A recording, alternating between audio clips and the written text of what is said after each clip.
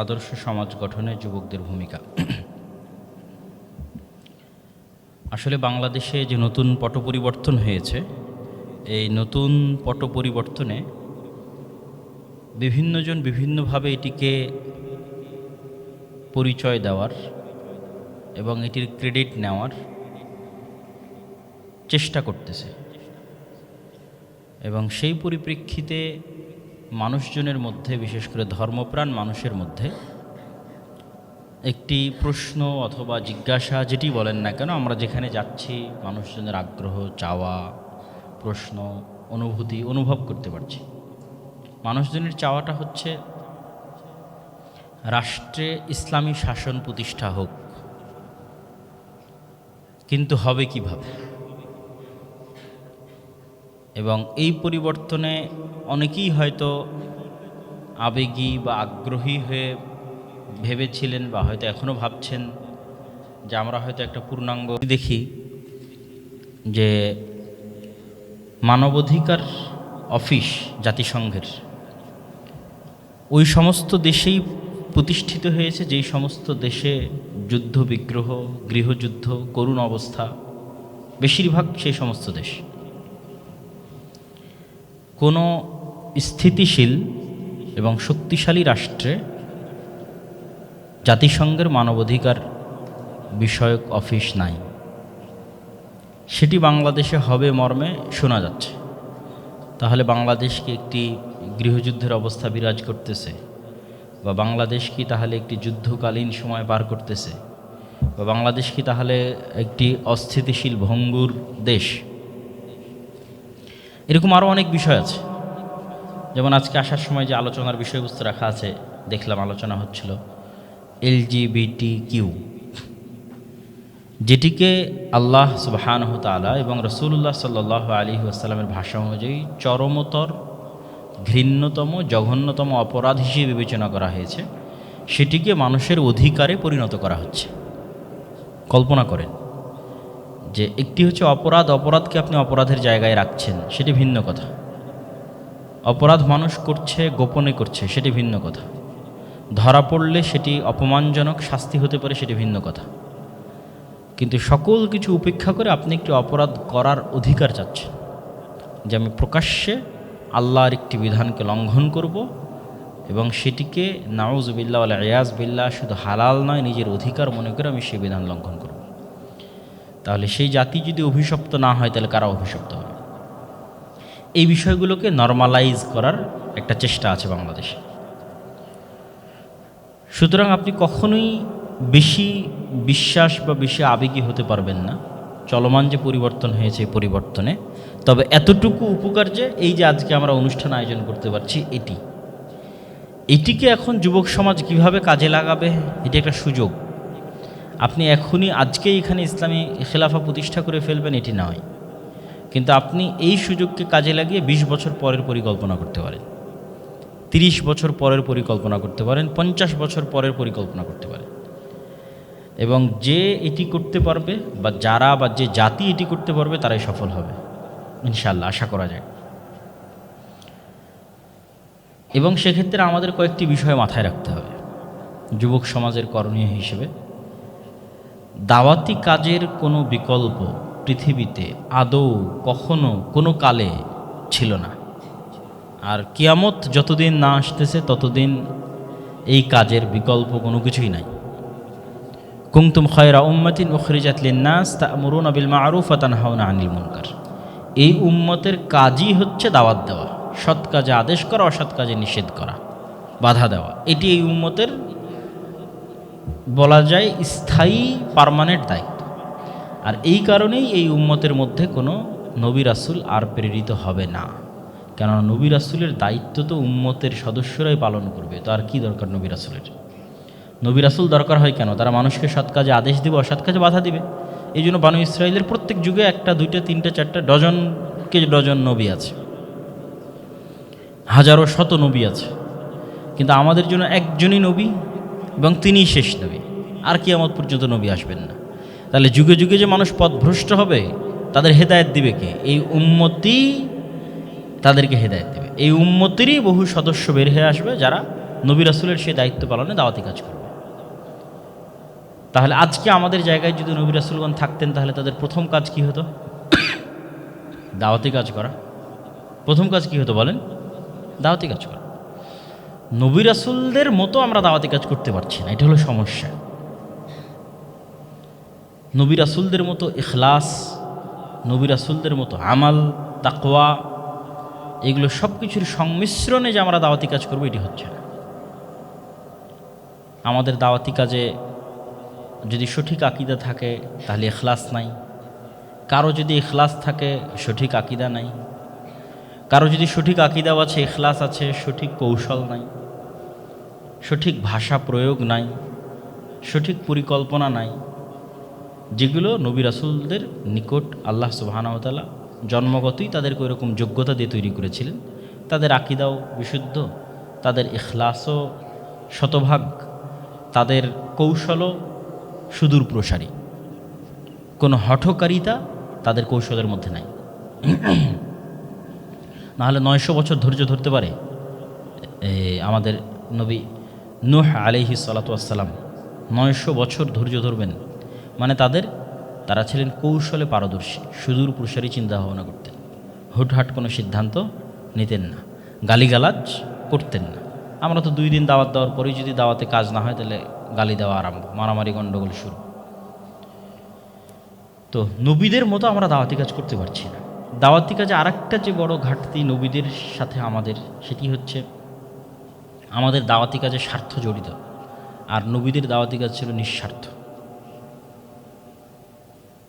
আমরা কেউই নিঃস্বার্থভাবে দাওয়াতি কাজ করতে পারছি না। আমি যদি একজন এসপির কাছে যাই, একজন ওসির কাছে যাই, ডিসির কাছে যাই, প্রধানমন্ত্রীর কাছে যাই, প্রাইম মিনিস্টারের কাছে যাই, তাহলে আমি শুধুই একজন ইসলামের প্রচারক হিসেবে যেতে পারছি না। আমি হয় আমার পার্সোনাল কোনো কাজ উদ্ধার করার জন্য গেছি, না হয় আমার দলীয় কোনো কাজ উদ্ধার করার জন্য গেছি, না হয় আমার সাংগঠনিক কোনো কাজ উদ্ধার করার জন্য গেছি, ডট ডট ডট ডট অসংখ্য অনেক কিছু। এখানে আমার কোনো স্বার্থ নাই, শুধু আপনাকে বলতে এসেছি এটি ইসলাম, আপনি এদিকে আসেন, এরকম নাই। অন্তত আমরাও তো বহু উপর পর্যায়ের লোকজনের সাথে সাক্ষাৎ করেছি, সেক্ষেত্রে আমি নিজেও দেখেছি যে আমাদের হয়তো ওখানে একটা কাজ আটকে আছে, সেটি তাকে দিয়ে করানো দরকার, এই জন্য তার কাছে গেছি। সে আমাকে ভালোবাসে বলেছে এই কাজটা একটু করে দেন, করে দিয়েছে। কেউ হয়তো তার সংগঠনের জন্য, কেউ দলের জন্য। নিঃস্বার্থ দাওয়াতি কাজ হচ্ছে না। তো যুবকদের করণীয় কি? যুবকদের 1 নাম্বার করণীয় এবং শেষ করণীয়, প্রথম করণীয় এবং শেষ করণীয়, যেটা কোনোদিন পরিবর্তন হবে না, যেটি সকল যুগে চলমান। আজকের যুগেও যদি নবী রাসূলগণ আসতেন, তাহলে তারা প্রথম এই কাজটি করতেন, সেটা হচ্ছে দাওয়াতি কাজ। কিন্তু সমস্যা হচ্ছে আমাদের দাওয়াতি কাজে সংস্কার নিয়ে আসতে হবে। কৌশল নবীদের মতো হতে হবে, ধৈর্য নবীদের মতো হতে হবে, ইখলাস নবীদের মতো হতে হবে তা নয়, হওয়ার চেষ্টা করতে হবে। আচার ব্যবহার, নম্রতা, ভদ্রতা নবীদের মতো হতে হবে, অথবা কোরআনের মানহাজে হতে হবে। কোরআনে আল্লাহ সুবহানাহু ওয়া তাআলা যেরকম নম্র ভদ্র ভাষায় দাওয়াত দিয়েছেন, সেই নম্র ভদ্র ভাষায় দাওয়াত হতে হবে, এবং সকল ধরনের মানুষের কাছে দাওয়াত। শুধু আমার কাছেই দাওয়াত, আমাকে যারা ভালোবাসে তাদের কাছেই দাওয়াত, শুধু দুর্বলদের কাছে দাওয়াত, আর বড়দের থেকে ফায়দা না। সরাসরি তো বড়দের কাছে হিট করেছেন নবীরা, প্রত্যেক যুগের নবীরা সেই যুগের যারা সবচেয়ে বড় বিরোধী ছিল তাদেরকে হিট করেছে।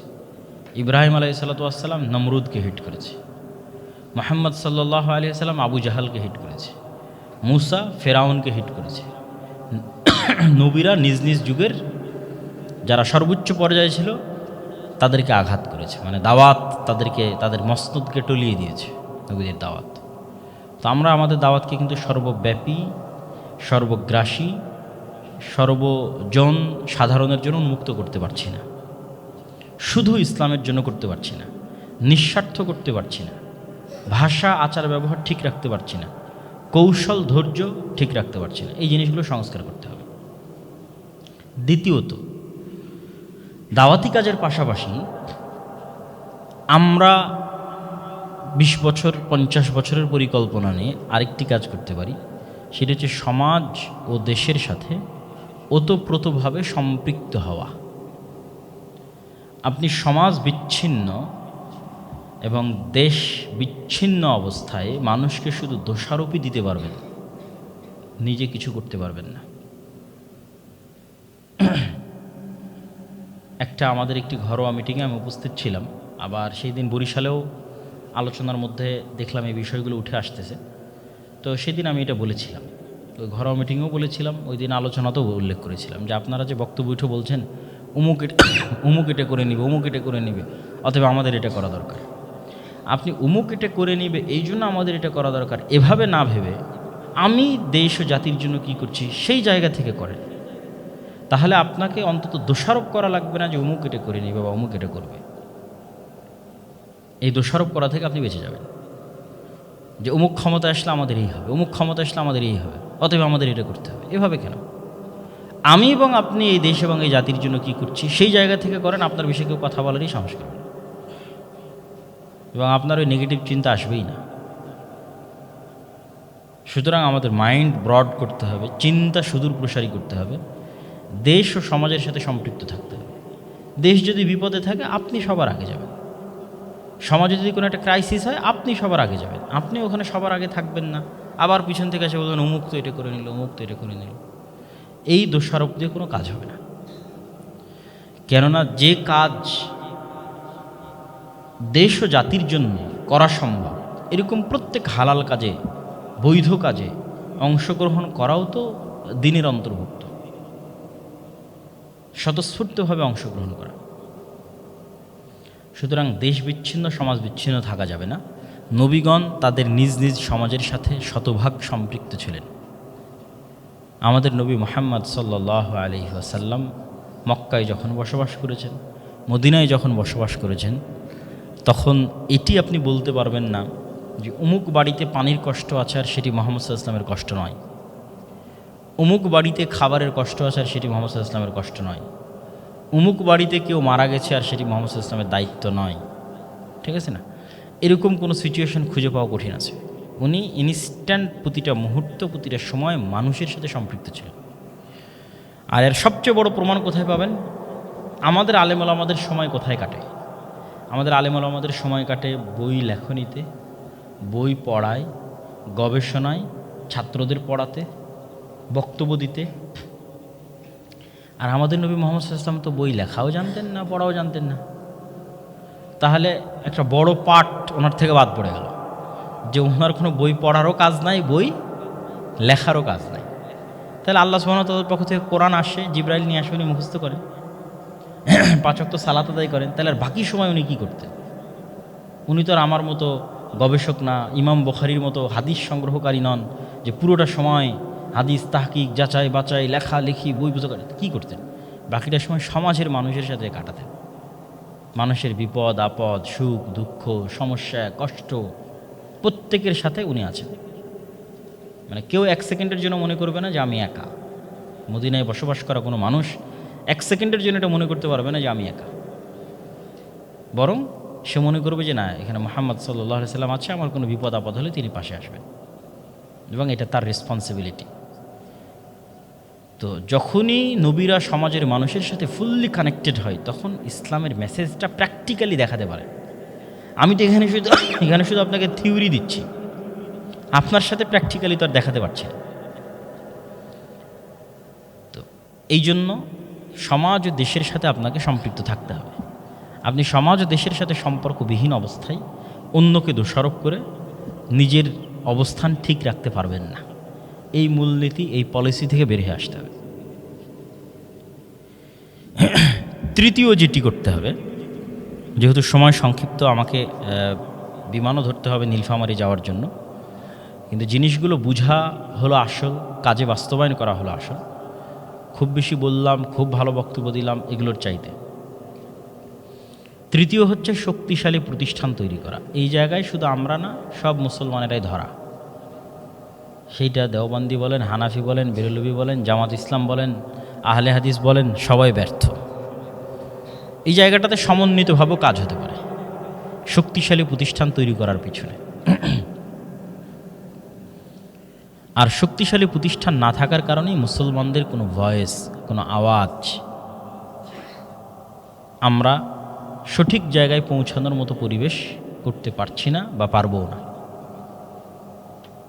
আমাদের সকলের পরিকল্পনা হচ্ছে শর্ট টার্ম, স্বল্প মেয়াদে। আমি এখনই ক্ষমতায় চলে যাব, বাস আজকেই ভোটে দাঁড়াবো, কালকেই ক্ষমতায় চলে যাব। কিন্তু এটা যে আজকে ভোটে দাঁড়িয়ে কালকে ক্ষমতায় যাওয়া একটা বড় গেমের অংশ, যেই গেমটা অন্য কেউ পরিচালনা করতেছে, আপনি তার সামান্য একটা পার্ট মাত্র।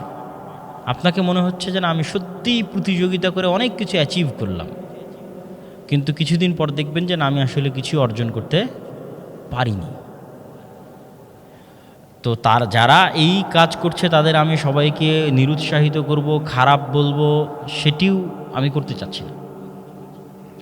আমি বলতে চাচ্ছি কোনটা করা উচিত, আগে জরুরি, সেটার পিছনে চলেন কাজ করি। সেটি হচ্ছে শক্তিশালী প্রতিষ্ঠান, শক্তিশালী মিডিয়া, শক্তিশালী ইলেকট্রিক মিডিয়া, প্রিন্ট মিডিয়া, শক্তিশালী মানবাধিকার সংস্থা, শক্তিশালী অর্থনৈতিক প্রতিষ্ঠান, শক্তিশালী স্বাস্থ্যের প্রতিষ্ঠান, শক্তিশালী শিক্ষা, জ্ঞান, গবেষণার প্রতিষ্ঠান। এই জায়গাগুলো স্থায়ী ভিত্তি তৈরি করে একটা দেশে।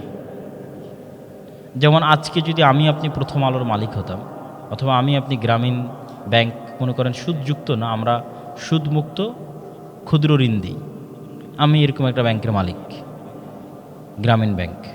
তারপরে আজকে যদি আমরা আরেকটা মানবাধিকার সংস্থা অধিকার, তার প্রধান হতাম, তাহলে এই সরকার পরিবর্তনে আমাদের রোল থাকতো 80%। তো আপনি এখন শুরু করেন 20 বছরের পরিকল্পনা নিয়ে, আজ থেকে 5-10 বছর পর আপনার রোল থাকবে 10%, তার 10-15 বছর পর আপনার রোল থাকবে 20%, তার 10-15 বছর পর আপনার রোল থাকবে 50%। কিন্তু এগুলো যা করবেন সেগুলো স্থায়ী। আর শর্ট টার্ম যখন আগাবেন, ওই নির্বাচন শেষ, আপনার ওই কাজ পরিশ্রমও শেষ। তো শক্তিশালী প্রতিষ্ঠান গড়ার দিকে যুবক সমাজ, তরুণ সমাজকে মনোযোগ দিতে হবে। এই জন্য শুধু লাইভ দেখলাম, বক্তব্য দেখলাম, আসলাম, দাওয়াতি কাজ শুরু করলাম, এটা থেকে বের হয়ে আসতে হবে। বের হয়ে এসে শিক্ষা কেন্দ্রিক, জ্ঞান কেন্দ্রিক, টেকসই দাওয়াতি কাজের দিকে মনোযোগ দিতে হবে, যেখানে শিক্ষার ভিত্তিতে, জ্ঞানের ভিত্তিতেই মানুষ দাওয়াতি কাজ পরিচালনা করবে, শিক্ষা এবং জ্ঞানের ভিত্তিতেই তারা সমাজ সংস্কারের জন্য চেষ্টা করবে। তাহলে ওই সমাজ সংস্কার টিম বা ওই দাওয়াতি টিম একটা শক্তিশালী প্রতিষ্ঠানে রূপান্তরিত হবে। শক্তিশালী প্রতিষ্ঠানের পিছনে আরও একটা জিনিস আমাদেরকে করতে হবে,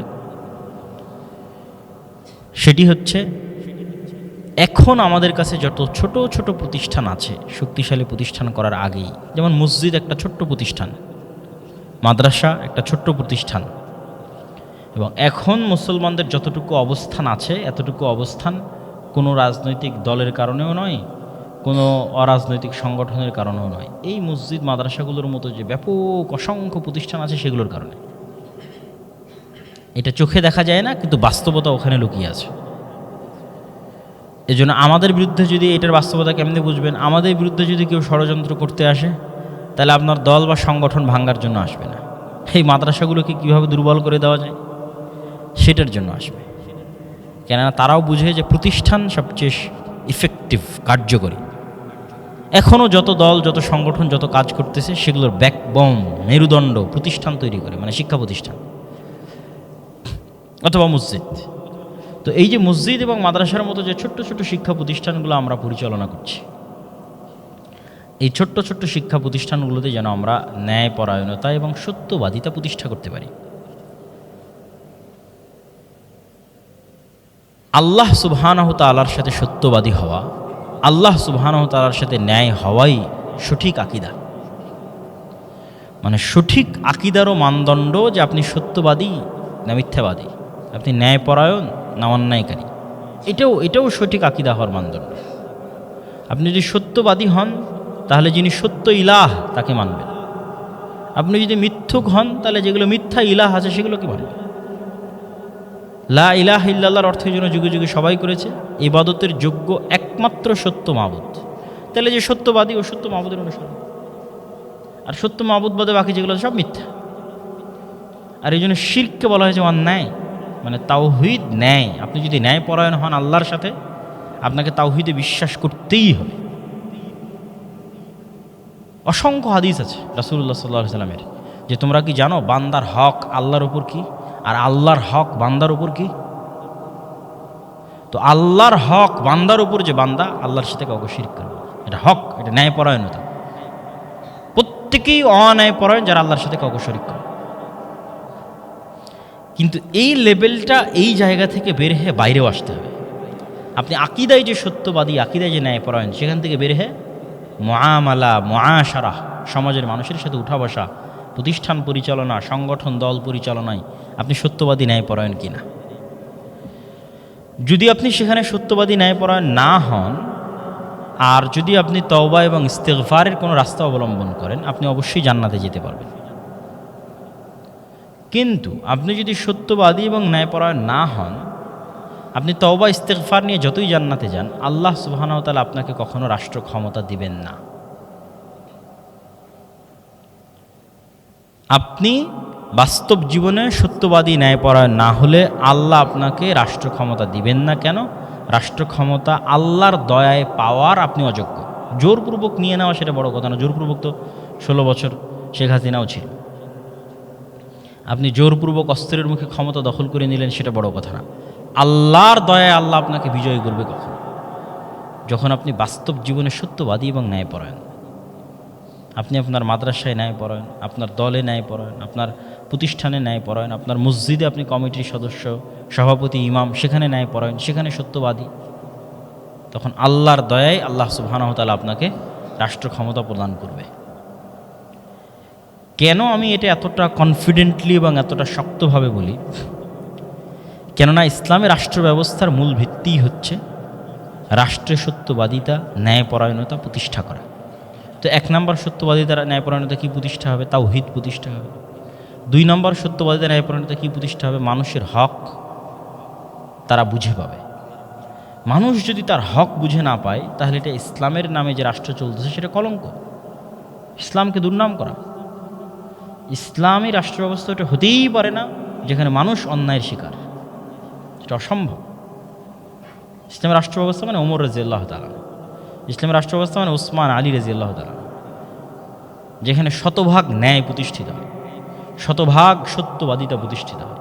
এটা ইসলামের মহত্ব, বড়ত্ব, যে ইসলাম হচ্ছে শান্তি, ইসলাম হচ্ছে নিরাপত্তা, ইসলাম হচ্ছে ন্যায়, ইসলাম হচ্ছে দুর্নীতিমুক্ত, ইসলাম হচ্ছে সত্য, ইসলামে মিথ্যার আশ্রয় নাই, ইসলাম হচ্ছে সবাই নিজ নিজ হক বুঝে পাবে, কোনো বৈষম্য হবে না। এগুলো ইসলামের মহত্ব। ওইটা যদি আপনি প্রতিষ্ঠা না করতে পারেন, তাহলে তো ইসলামের নামে এটা কলঙ্ক হয়ে গেল। তো এই জন্য কোনো নবী রাসূল কখনোই মিথ্যুক হন না, কোনো নবী রাসূল কখনো একদিনের জন্য অন্যায়পরায়ণ হন না। যদি কোনো নবী রাসূল একদিনের জন্য অন্যায়পরায়ণ হতেন, মিথ্যুক হতেন, তারা জাতির নেতা হতে পারতেন না। আমার নবী মুহাম্মদ সাল্লাল্লাহু আলাইহি ওয়াসাল্লাম যদি কখনো আবু সুফিয়ান রাদিয়াল্লাহু তাআলা আনহুর সাথে কোনো অন্যায় করতেন, তাহলে তিনি আবু সুফিয়ান রাদিয়াল্লাহু তাআলার নেতা হতে পারতেন না। আল্লাহর কাছে ক্ষমা নিয়ে কান্নাকাটি করে জান্নাতে যাওয়া সেটা ভিন্ন, কিন্তু আবু সুফিয়ানের নেতা হতে পারতেন না মুহাম্মদ সাল্লাল্লাহু আলাইহি ওয়াসাল্লাম। তার মাথা নিচু থাকতো, কারণ উনি তো অন্যায় করেছে আবু সুফিয়ানের সাথে। কিন্তু এখানে মুহাম্মদ সাল্লাল্লাহু আলাইহি ওয়াসাল্লামের মাথা উঁচু, শির দাঁড়া উঁচু, তিনি নেতা। কেন? তিনি কোনো দিন কোনো মানুষের সাথে মিথ্যা বলেনি, কোনো দিন কোনো মানুষের প্রতি চুল পরিমাণ অন্যায় করেনি। তাহলে কার সামনে উনি মাথা নত করবে? বরং মানুষ তার সাথে উল্টা অন্যায় করেছে, প্রত্যেক মানুষকে তার সামনে মাথা নত করতে হবে। তিনি হচ্ছে প্রকৃত নেতা।